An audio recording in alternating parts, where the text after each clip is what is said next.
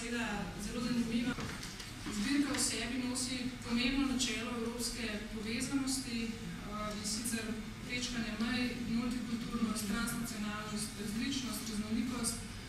Čisto preprosto pač šla je zbirka 27 del, 26 prevodov, torej natančneje romanov in 4 zbirk kratkih zgodb.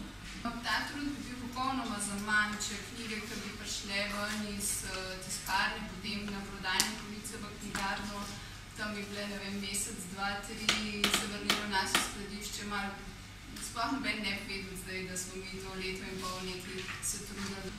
Pri izboru teh del je sodelovalo celotno uredništvo, večini pa so nam pomagali prevajalci, torej s svojim literarnim znanjem in z res zelo kakovostnimi predlogi. Sprva se nam je zdelo, da je pač največja težava zbrati toliko prevajalcev oziroma pokriti toliko jezikov prevodne literature. Sočasno z nastajanjem knjig oziroma s prevajanjem, z nastajanjem zbirke, kar je nakratko predstavila Špela, smo pripravili plan aktivnosti oziroma marketinški plan, kako ne bi javnost sploh zvedela, kaj smo mi zdaj leto in pol pripravili. In kot prvo smo posebej za to zbirko oblikovali škatlo, v katerih 27 knjig že na prvi pogled zgleda kot celota. Recimo na primeru oblikovalcev lahko povem, da ni bil eden, ampak so bili 3. Ne vem, če v Sloveniji je že bila ta praksa, da so 3 oblikovalci delali knjižno zbirko, ampak potem se je izkazala za zelo učinkovito. Potem smo pripravili 28 knjigo.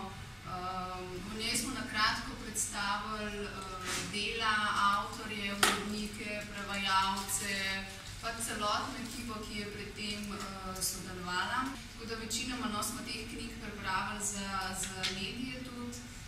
Skupni obseg zbirke, če naštejem malo statističnih podatkov, je malo manj kot 5400 strani, v povprečju roman ali pa ena knjiga obsega 200 strani.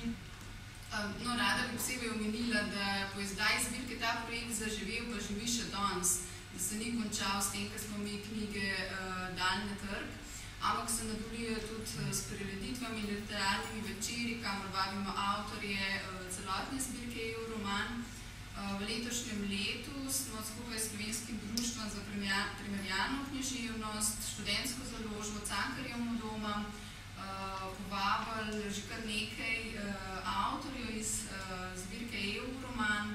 Večeri se imenujejo Literarne identitete Evrope.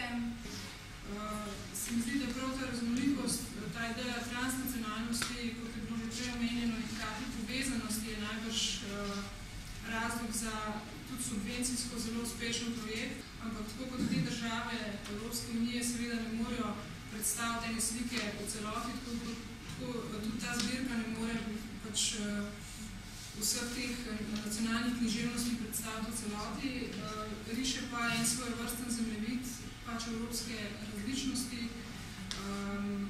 kjer se v polnosti izrisuje naš duhovni prostor, te pač širše domovine, kam smo bili uvrščeni, njegova notranja povezanost, raznolikost, hkrati pa tudi naravnanostno z